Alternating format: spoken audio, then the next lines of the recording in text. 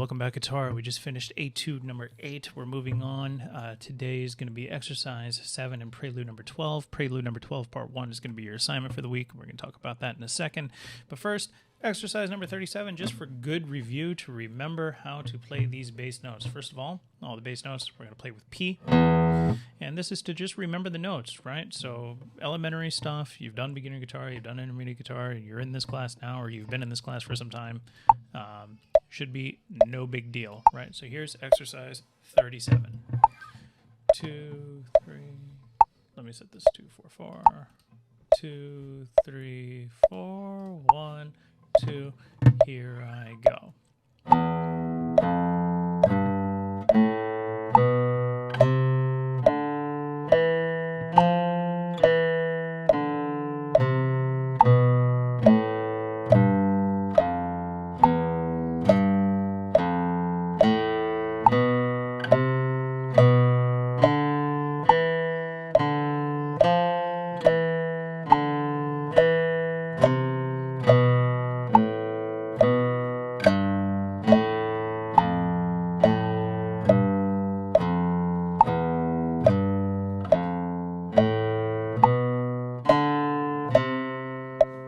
That was with free stroke, and then you do the same thing with rest stroke. So here it is with rest stroke.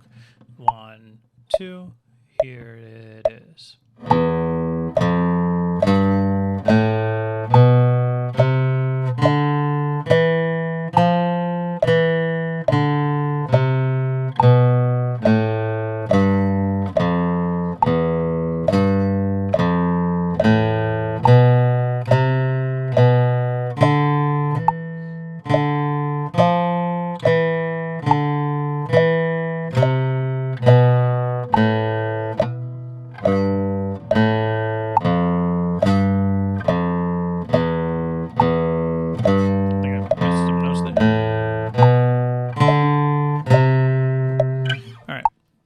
Missed some notes in the middle over there, but that's fine. The idea being that with rest stroke, you know, that's what like a flamenco player is really going to do when they're playing some melodic stuff.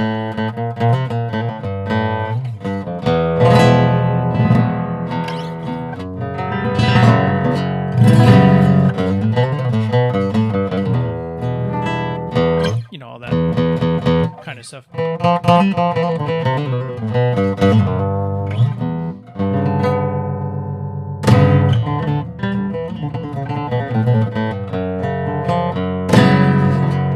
That's all rest stroke, right? So using the thumb like a pick, basically. So when you do exercise 37, take it slow. And the other idea is that, you know, you might want to work on getting exercise 37 quite fast as well, you know, with that rest stroke if you're really interested in playing, you know, guitar with some diligence and speed, right?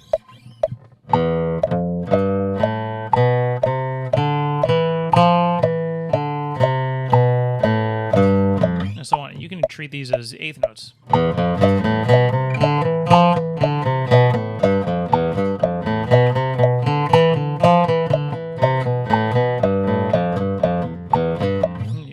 Messed up that thing. Whatever it is. You can do them as 16ths. And so on. All right. So moving on. Go ahead and continue playing around with that. I hit the space bar on this one and then I lost the page. Here it is. Great. Okay, so Prelude number 12. Before we even start Prelude number 12, the one technique thing that I really have to emphasize is that I, M, and A are going to be planted on these 3 strings, respectively. I, M, A. Third string, second string, first string. The idea here is that you only play the note that appears on that string with that finger. And then the thumb, of course, being the one that alternates, right? So measure 1 being that it's an open G and an open E with that C. C is played with P, right? And then the G is played with I, and the E is played with A. So you get this pattern. So it's a little weird to have M hanging out, but the reason M is hanging out is because when you get to the second measure, you have that open E, G again with I, but now now open B. So M was ready to play that second string. So the fingers don't have to keep crossing strings. They each have their own designated string. Right? So measure 1 looks like this. And then measure 2. So measure 3 is the same thing with the picking hand. Right? But then measure 4, we get back to that I and A technique. Measure 5.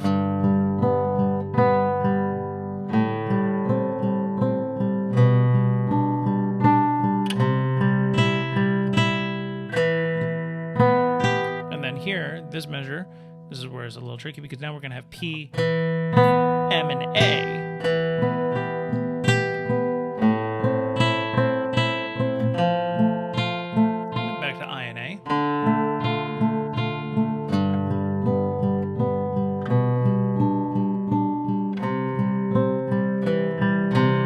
So I do recommend doing that without a metronome in the beginning just to make sure you're getting the correct fingers.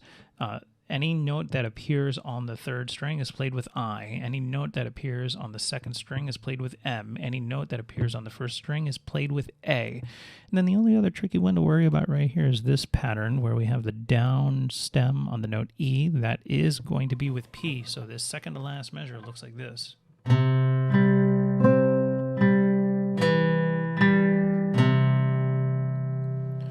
So what I'll do now is I'll set this to a metronome. And I'll play, this is the part where you can rewind the video to this point and play along with this video. 60 to 80 is your target. I have it set at 72, so somewhere splitting the difference. Okay, I'll give you this angle so you can see the fingers. 1, 2, 3, here I go.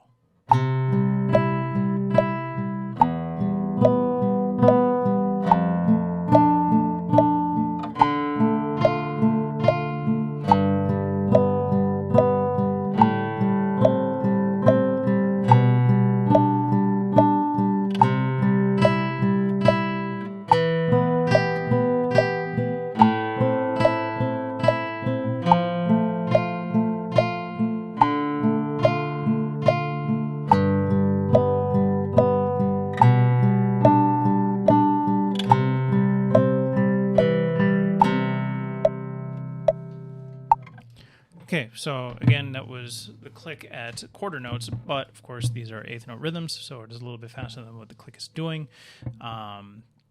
You can, of course, slow down the video or choose a different tempo, something between 60 and 80 or more, should you desire.